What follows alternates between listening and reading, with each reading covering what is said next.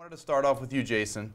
Last week you wrote a column that made a good case for extending Mike Shanahan's contract. Not exactly a popular opinion right now among a lot of fans. No, not at all. Following Sunday's loss to the Eagles, the headline read, and I'm paraphrasing, after the loss, this 3-7 record is squarely on Coach Shanahan. That was to your column. Right. Tell me why you're not flip-flopping. Well, thank you, John, for this opportunity, first of all.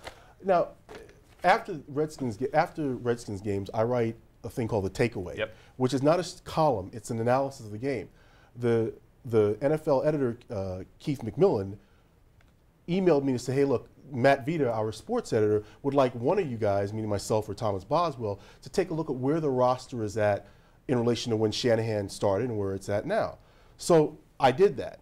Now, I didn't have enough space to do it in the way it needed to be done. I need a book to do it in the way. So I made bullet points based on, you know, what they told me they wanted. Now, nowhere I defy anyone in the context of that piece to find where I said, I now disagree with my previous point. I think Shanahan should be fired or doesn't deserve an extension. As a matter of fact, in my lead, I effectively reasserted my position saying, look, there are good reasons why you would keep this guy. However, there are certain realities that exist in professional sports.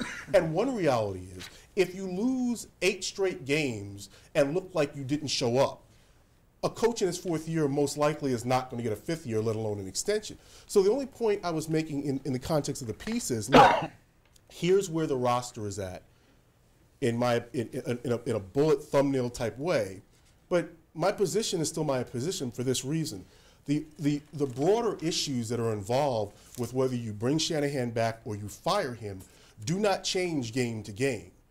Again, my acknowledging that my pointing out where some things are on the roster, in no way, shape, or form is me saying I now disagree with my previous position.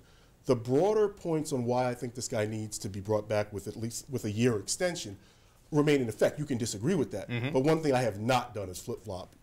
Dan, please. I love this. First of all, you see, like USA Today is writing about our boy now. He's like making news of himself. They're writing about you, about your column positions. I think it's great. What I would say to you, Jason. I did not know that. Thank you, Stein. Not that Jason's a more interesting topic than the Redskins, but right now he actually might be. What I would say to you, Jason, is you should stand by that opinion. I love it. I think you should stand by it wholeheartedly. I think you should have written a column on Monday's paper that said they could go 3-13 and they can go 0-16 next year, and he still deserves an extension. Well, no, not 0-16 next year. Okay, fine. 3-13. Own that opinion and go hard with it and say, this season is not on him. Mike Shanahan deserves an extension. I think the headline should have been he still deserves an extension. And at 3-13 should be he deserves a triple extension. The season not on Mike Shanahan. Well, that's his opinion.